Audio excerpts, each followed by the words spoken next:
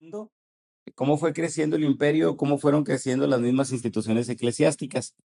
Eh, Recuerden a una persona que mencionamos la semana pasada, de nombre muy gracioso, Pipino, Pepino el Breve, que muere en 768.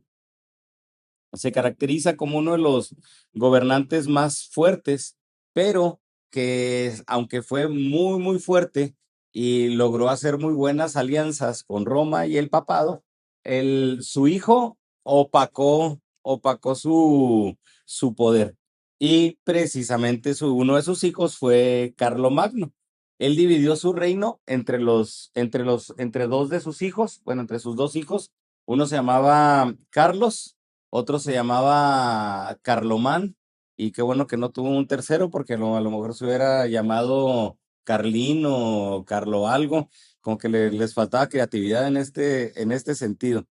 Los dos hermanos tuvieron entre ellos conflictos. Aún así, la situación de ellos, este conflicto de ellos se resolvió con la muerte de Carlomán. Entonces, con este suceso de la muerte del otro hermano que tenían el reino dividido, ya todo el reino pasa a manos de Carlos, que ya por la grandeza, por todo lo que realizó, se le puso el título de Magno. Y por eso ya se le denomina Carlo Magno, que quiere decir, pues es como decirle Carlo el Grande. Y fue quizás en ese entonces y pues hasta mucho después, cualquier, el, un gobernante guerrero en su época. Mencionan que a lo mejor fue un combatiente con muchísimas habilidades, que él llegó a duplicar todas las posesiones de su padre. Cuando muere Carlomagno, los dominios se extendían hasta lo que es Francia en la actualidad, Bélgica, Holanda, casi toda la mitad de Alemania, casi toda la mitad de Hungría, y luego todavía hasta el norte de España. O sea, casi toda Europa es a donde se extiende el reinado de Carlomagno. Es un tamaño imperial más que cualquier otra parte que había tenido antes el Imperio Romano en el occidente. Logró que por medio de sus ejércitos se pudieran extender las fronteras, de que también se asegurara la tranquilidad de todo el imperio para tener en todos sus territorios un, una extensión de su mismo imperio. Entonces, fue un protector de conocimientos, de un señor bueno en cuanto al trabajo de la iglesia, era dadivoso para la misma iglesia, le interesaba conservar el orden, y a él, algo de lo que mencionan los historiadores es de que para él todos los detalles eran importantes y en todos los detalles incluso se metía. O sea, no había cosa que Carlomagno pudiera decir, no, a eso no le demos importancia. Si observaba algo, le daba la importancia necesaria para poder hacerlo de manera adecuada. Y es donde podemos decir, wow, pues eso fue lo que pudo, vamos a decirlo, ese perfeccionismo posiblemente fue la razón por la cual le puso atención a todo y todo lo llegó a realizar bien, todo lo llegó a realizar adecuadamente, porque vemos que fue desde el trabajo con la iglesia, él fue una persona que le interesó que la misma iglesia creciera, el imperio que tuviera orden, que el imperio tuviera orden. Y luego todavía algo muy importante en cuanto, aparte del ejército de los que estamos mencionando, la educación era algo para él demasiado fundamental. Anteriormente habíamos visto que había un conflicto entre Roma y los mismos lombardos que querían invadir Italia, que no podían, que estaban tratando de controlar la entrada a la península por tierra. Habíamos visto que Gregorio trata de tener también una alianza con los lombardos, no con, bueno, sí con mucho éxito, pero los logra controlar. En el caso de Carlomagno, él sí pudo llegar a la conquista y a la extinción de los lombardos. Lo que muchos no pudieron, nomás refrenarlos, llegar a acuerdos, llegar a tratados, Carlomagno lo hizo. Los conquistó, los extinguieron. Esto fue más o menos ya en el 777 después de Cristo, y es donde ya todo lo que había hecho Pepino ya fue renovado, ya fue cambiado, ya fue aumentado. No quiere decir de que Pepino no haya sido buen gobernante, fue excelente gobernante, fue muy buen gobernante, logró muchas alianzas también, logró extender también parte del reino, logró extender la iglesia, pero su hijo Carlomagno dijo, quítate que ahí te voy. Duplicó las riquezas, duplicó los dominios, todo lo que su padre pudo haberlo realizado. En este caso, el papado ya no estaba separado de los territorios francos, por lo que habían logrado los lombardos, de que los lombardos, como tenían gran parte del dominio en algunos de los territorios y no permitían ciertos accesos, en este caso, al quitar a los lombardos, el papado ya tiene poder en todos los lugares, ya también donde se encontraba el imperio. Entonces, esta relación con Carlomagno, con Roma, era un señorío más efectivo que el de su padre, y él trataba al Papa como alguien principal en su reino. Donde también, recordemos que con Gregorio ya el papado había tomado muchísima fuerza, pero ahora ya con Carlomagno el papado vuelve a aumentar su fuerza, porque las decisiones principales ya también eran consideradas por el Papa. Las decisiones que tenían que ver con política ya también eran relacionadas con el papado. Ya no era una autoridad independiente. Y el papado estaba metido también en todas las cuestiones políticas. Si nos preguntamos por qué entonces llegó tanto poder o tanta influencia a tener la Iglesia Católica en ese momento, pues es precisamente por los mismos reyes que le dieron esa autoridad. En el caso, recordemos, Gregorio Magno era papa, y él se encarga de hacer esas alianzas con otros pueblos, con otros reyes, con otros emperadores. Pero aquí en el caso de Carlomagno es el que él llega a darle al papado ese poder en todos los lugares donde se encontraba. Esa autoridad ya estaba puesta, y dicen que lo único que Carlomagno no podía decidir, era tanta su influencia, tanto su poder, que lo único que Carlomagno no llegó a decidir era la elección de papas. Pero él tenía tanta autoridad incluso en la misma iglesia católica, que hasta él decidía quiénes iban a ser los obispos. Ya la iglesia no estaba separada del Estado. Ya ahora ya no había marcha para atrás. El Estado en este caso sí tenía influencia de la iglesia, pero también la iglesia tenía gran influencia sobre el Estado. Y esto fue muy importante para toda la extensión del cristianismo, porque fue la conquista de los sajones por Carlomagno. Es donde ya se empiezan a instituir, ahora sí, de una manera ya católica, vamos, diciéndolo, pues ahora sí, en toda la extensión de la palabra, el arrianismo ya había sido extinto, ya no había arrianismo. Entonces, a donde se fueron los misioneros arrianistas, que fue a gran parte del Reino Unido, donde no había imperio, pues entonces ahora ya había conquistado también la Iglesia Católica.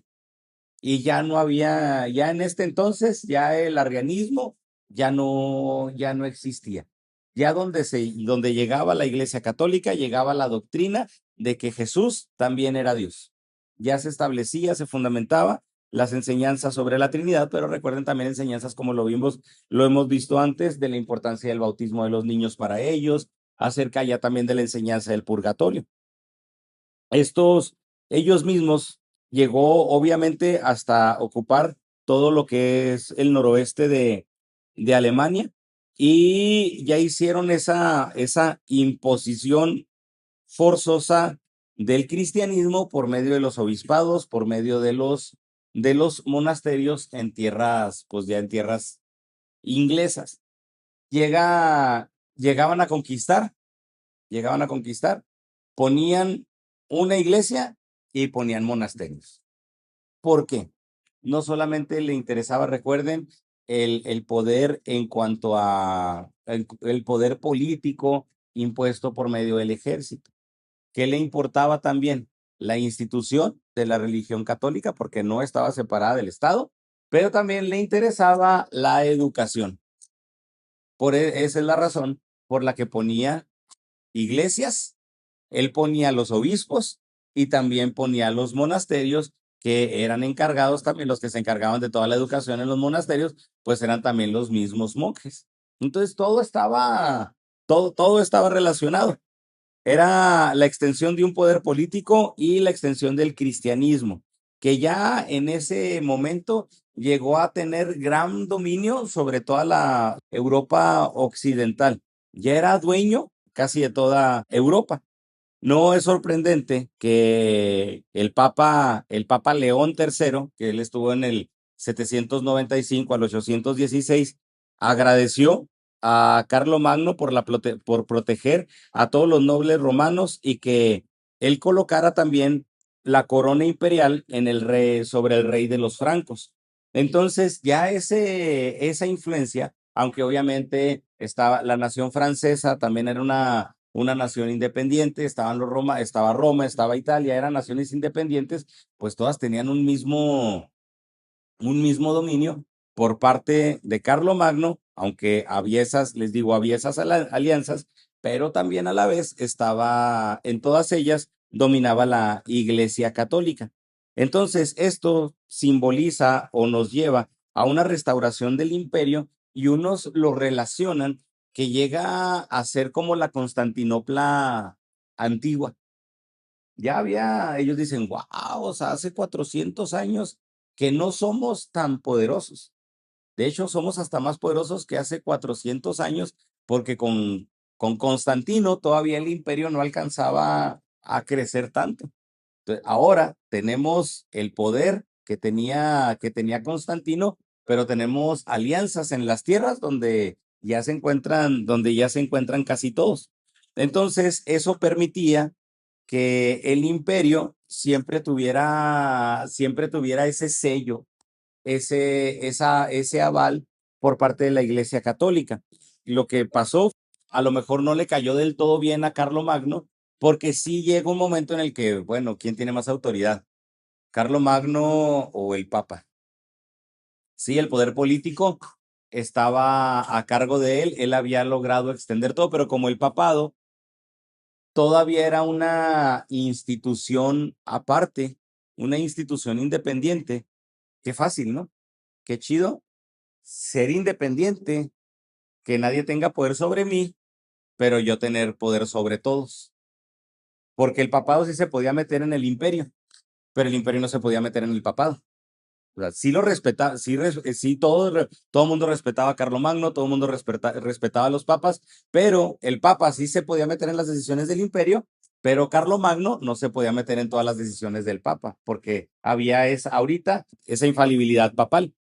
Entonces, ahora todo ese imperio romano que no había muerto, había ya tenido una consagración no solamente política, sino que ya ahora sí estaba consagrado también a la religión. Entonces, ya en el imperio se tomaba en cuenta, no lo voy a, bueno, como si fueran dos emperadores, la autoridad papal y la autoridad de Carlomagno. Ya después, en el 813, León V, que era emperador de Constantinopla, reacciona, reacciona y para el occidente y reacciona en relación al occidente y al papado, y lo que él hace es darle también como que la misma, como que es ahora sí esa misma autoridad al rey, pero ahora sí empezando a poner un poquito de límites con el papado. No te metes ahora no te metes tanto. Ahora es como decir, pues si nosotros no nos metemos tanto contigo, pues ahora tampoco nosotros te vamos a dar tanta autoridad para con nosotros. Entonces es algo que se logra realizar, pero entonces ahí vienen controversias, controversias en el poder imperial y en el poder papal. Es ocasiona esas controversias durante toda la Edad Media. Entonces hace ver que, híjole, pues ¿cómo le hacemos ahora? Hay dos caras. Está la cara religiosa, pero está también la cara imperial. Se puede hacer un poquito esa separación, pero de todas maneras los dos tenían poder y entre cada uno de ellos, pues se llegaban a ver como un mal necesario. No podemos, no podemos intervenir en toda la Iglesia Católica y la Iglesia Católica, pues es que tampoco podemos intervenir en todo el imperio. Pero bueno, ¿qué hacemos? Y es por eso que algunos lo definen como que eran pues esas dos caras de la moneda. Una moneda tiene dos caras diferentes, pero se necesitan las dos caras para poder validar que la moneda es genuina. Entonces eso era lo que se empezó a suscitar en ese momento. Había, sí, esos lazos estrechamente relacionados, llegó a haber ese apoyo, pero ya en estos años, ya a partir del 800 es donde les digo que ya se logró hacer poquito esa separación, pero ya la iglesia tenía, ya tenía demasiado poder, ya tenía muchísimo poder, ya era casi prácticamente imposible si queríamos, o ellos más bien, si querían que la iglesia ya no tuviera poder, era conquistarla, era conquistarla por la fuerza. Pero también recordemos qué sucedió con Gregorio, que 40% de las propiedades de las diferentes tierras donde estaba la Iglesia Católica eran propiedad de la Iglesia Católica. Imagínense que 40% de las propiedades de aquí de la ciudad le pertenecieran a un organismo religioso. Imagínense cuánto poder no tendría. El Estado no podría hacer muchas cosas. Oye, pues que queremos construir esto, ¿de quién es esa propiedad? Y de la Iglesia Católica. Dicen, bueno, ya los que conocemos un poquito acá la historia de la historia contemporánea de Chihuahua, más o menos el que pudo y trató de llegar a hacer eso fue Patricio Martínez, pero para extender un poquito lo que viene siendo el reino histórico, ¿qué hacía? Compraba las propiedades, él compraba y luego pues revendía. Era esa parte de su negocio, pero era ese el objetivo, negociar, pero no adueñarse, como en este caso lo podemos ver. Qué difícil sería. No puedo hacer nada porque ese territorio, pues no me pertenece. Está en mi territorio, está en mi territorio, pero no me pertenece.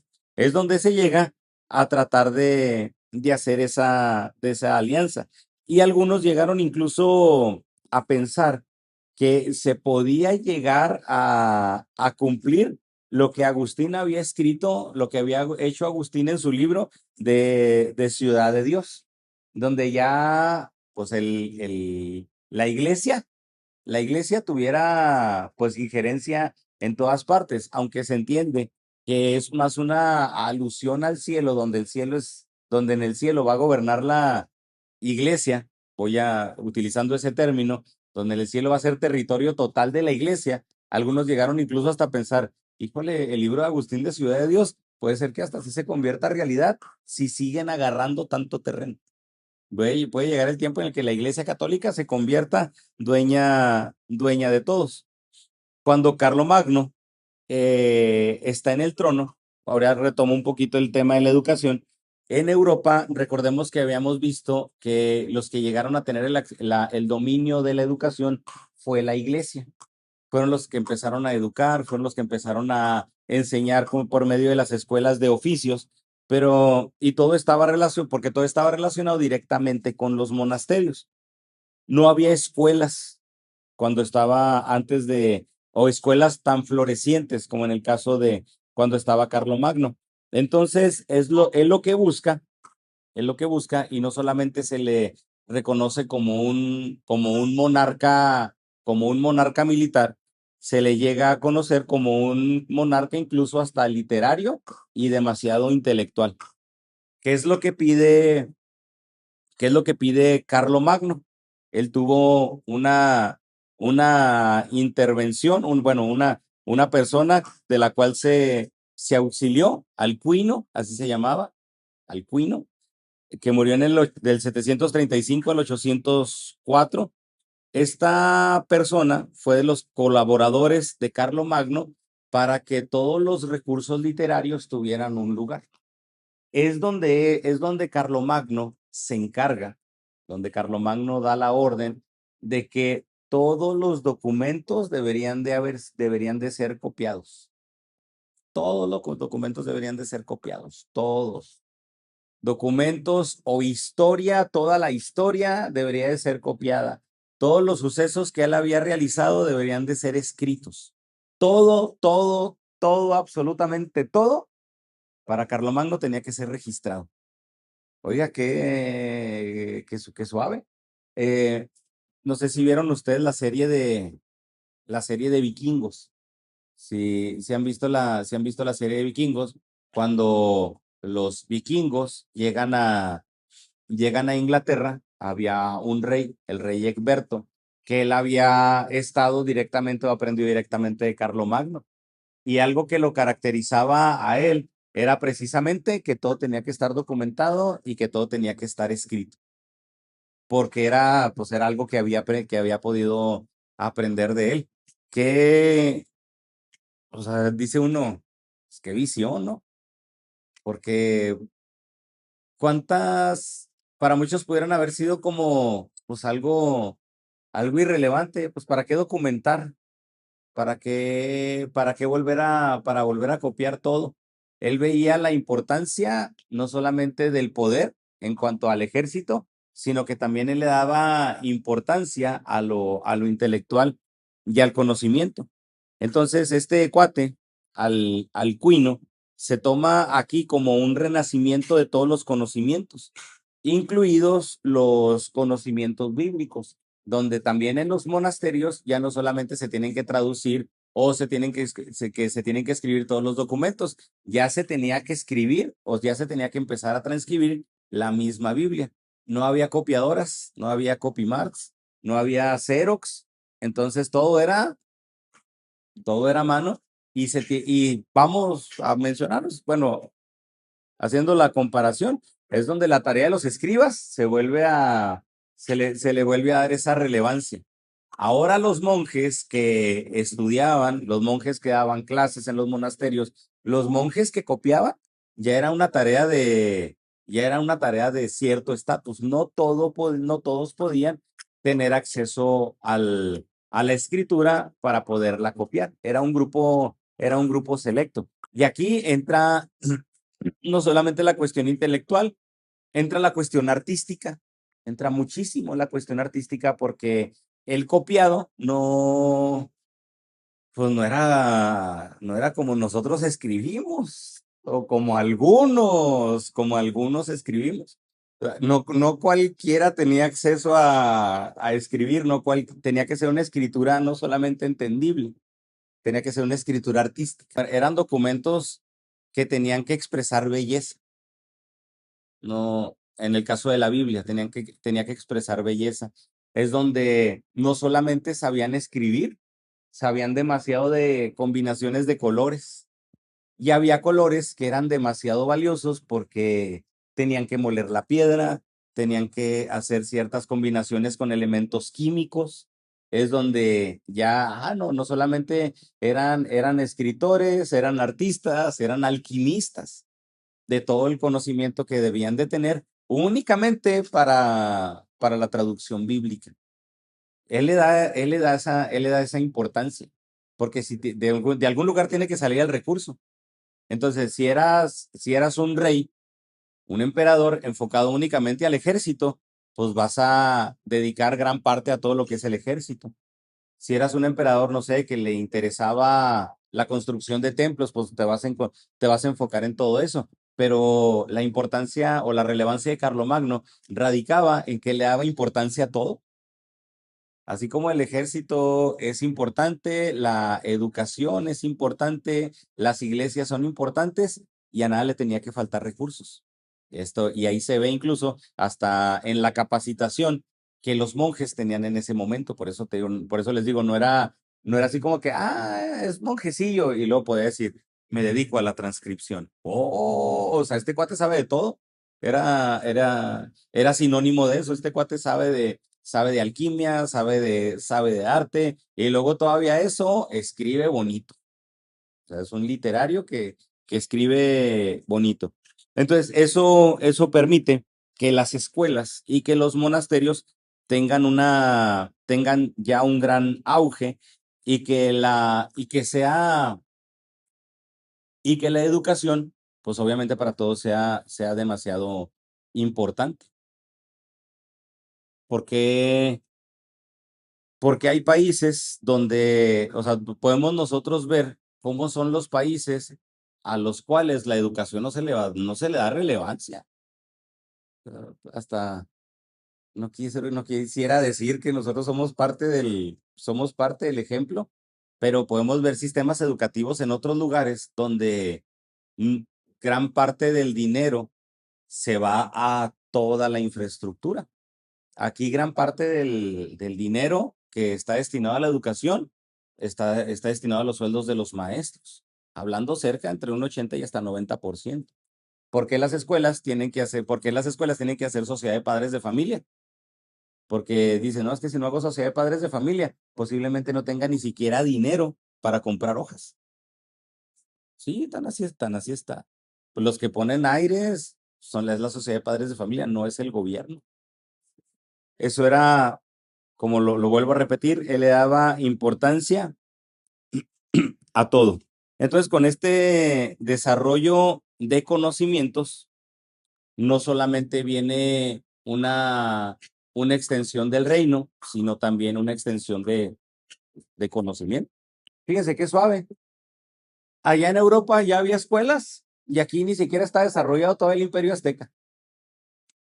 O sea, allá ya tenían escuelas y aquí ni siquiera había, bueno, no quiero decir que no había población, sí, sí había, pero no estaba pues no estamos haciendo en lo mismo, cuando aquí se estaba desarrollando ya el imperio, fíjense, cuando vienen los españoles aquí en 1492 cuando llegan aquí, ya había universidades en Europa. Era demasiado avance. Eso provoca también que de la misma manera el conocimiento teológico también pudiera ser más accesible al mismo pueblo, aunque lo interesante es de que no hubo gran desarrollo de teólogos. Eso es lo que a mí sí se me hace como que muy relevante. Nosotros podemos ver que hubo un gran desarrollo de teólogos en el inicio de la historia primitiva. Lo que nosotros podemos ver desde el 100 después de Cristo hasta el 300, un gran avance teológico. Ya el último de los teólogos bien conocidos y de los más famosos, pues Agustín de Hipona, pero ya estaríamos hablando de hasta el 400 después de Cristo. Aquí estamos en el 700. Imagínense, 300 años, 300 años sin buenos teólogos, 300 años sin un conocimiento teológico efectivo, pues quién defendía la fe? Por eso también podemos ver que no hubo ni siquiera mucho auge en el avance de la religión en cuanto a conocimiento, únicamente en cuanto a extensiones de territorios. Aún así, la extensión de los monasterios sí llega a que las instituciones eclesiásticas avancen. Las instituciones políticas romanas estaban en todas las ciudades y era de las cuales también dependía la organización cristiana. En los distritos rurales dependían de los obispos, dependían de las ciudades y de cada uno de los dependientes que se encontraban ahí. Entonces, ahí se ponía lo que era un obispo de campo, que era casi el encargado de la pequeña región, de la pequeña ranchería, del cual dependía parte de la organización, pero también parte de la educación. Los que llegaban a comprar terrenos, llegaban no solamente a poner casas, a poner tierras, llegaban también, como le digo, a poner iglesias y a poner monasterios, y es donde todo, la Iglesia Católica, el imperio, llegaba también a ser beneficiado. Entonces, esto es a lo que ya se le empieza a denominar gobierno episcopal. Y había una persona que estaba sobre las diferentes regiones. Y aquí, recuerden que es lo que vimos en los primeros tiempos de la historia del cristianismo, que era cuando se empezó a organizar.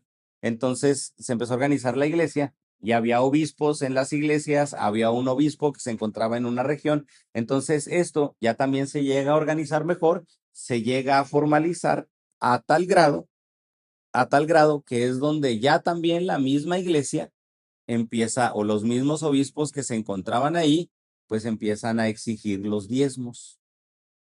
Pero qué curioso era. Fíjense lo que se hacía aquí. Te pido el diezmo, te pido el diezmo, tú tienes que hacerte cargo de todo. Oye, pero lo que yo te doy como iglesia, eso, ¿para qué? Eso, ¿de dónde? ¿Qué beneficios voy a obtener de lo que yo te dé? ¿Qué beneficios voy a tener del diezmo? Yo sé que no es así. Yo sé que no es así la enseñanza del diezmo. Pero si se fijan, vamos a aplicarlo aquí. Nosotros diezmamos y sabemos que es para Dios y sabemos que es para la misma iglesia. Pero lo que nosotros diezmamos, nosotros también recibimos los beneficios. Se queda aquí y tratamos de tener un lugar que dignifique, tratamos de comprar mejores cosas, si hay algún hermano en necesidad, tratamos de apoyar. A eso es a lo que me refiero, a decir que el diezmo se queda aquí y que todos recibimos los mismos beneficios de lo que nosotros aportamos. Dice uno, bueno, qué padre que puedo hacer eso. Pero en este caso, no. Oye, pero yo diezmo, ¿y eso recibo algo? Si pido apoyo, no, eso es para mí, eso es para mí. Esto se va para allá, esto se va para Roma. Si no, obviamente que no sea, que no se escuche así gacho, para nada, pero se menciona que la Iglesia Católica tiene todo lo necesario para acabar con el hambre en el mundo.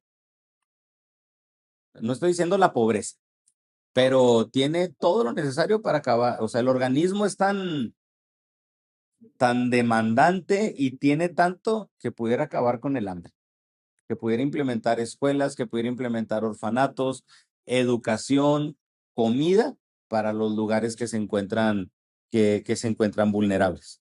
Entonces, eso fue lo que se establece, ya ese orden eclesiástico del diezmo. Ya en todas partes se tenía que dar el diezmo, sí, manutención de la iglesia, pero también para acá. Aparte de que la misma manutención de la iglesia no, a veces no necesariamente era por parte de la iglesia, se les pedía a los mismos feligreses. Entonces, ¿quién llegó a ser totalmente favorecido? El clero. Todo el clero fue el que llegó a ser favorecido. Carlomagno, ya, aunque Pepino, el papá de Carlomagno, lo estableció como una obligación. Tienes que hacerlo, tienes que hacerlo, tienes que hacerlo. Lo hizo legal. Lo mencionamos aquí con Carlomagno porque Carlomagno puso sanción legal a quien no diera diezmo. Pepino lo hizo legal. Tienes que dar el diezmo. Ya está escrito en la ley. Tienes que darlo. Pero, está escrito en la ley, ¿qué pasa si no lo doy? Nada, pero está en la ley, lo tienes que dar. Bueno, Carlomagno, no solamente está escrito en la ley, si no das, va a haber sanción. Todo esto debía ser cobrado por los obispos, había beneficios de cada parroquia, pero también todo eso servía para seguir comprando más tierras, seguir poniendo más iglesias, seguir estableciendo más poblaciones, pero también, pues era una inversión. Dicen, dicen que, dicen unos, la iglesia es el camino solamente por medio de la iglesia católica hay salvación, eso lo establecen. Solamente por medio de la iglesia católica hay salvación, pero las iglesias son las casetas de cobro. La iglesia es el camino a la salvación y las iglesias las casetas de cobro. Ya aquí, aunque pasa eso, las donaciones seguían, pero también aún así, Carlomagno lo que llega a hacer es estimular la predicación.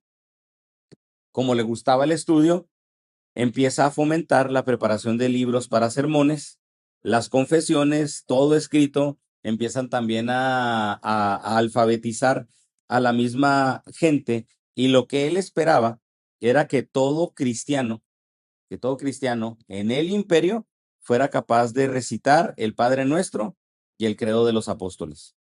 Él es el que renueva todo el sistema metropolitano y es donde se encarga de esa alfabetización, pero también a la vez del conocimiento. Vas a aprender, pero vas a aprender también la misma fe cristiana. Entonces, él renueva todo eso, realiza todos esos cambios. Ya llega un tiempo en el que ya él no tiene la capacidad de poner los nombramientos episcopales, pero así como que, bueno, o sea, ya no hay tanto problema. De todas maneras, ya tenemos un poder demasiado establecido. Y ya únicamente como conclusión, mucho de lo que Carlomagno hizo ya había sido comenzado con su papá Pepino. Ya Larry el Pepino, no sé qué, su papá Pepino.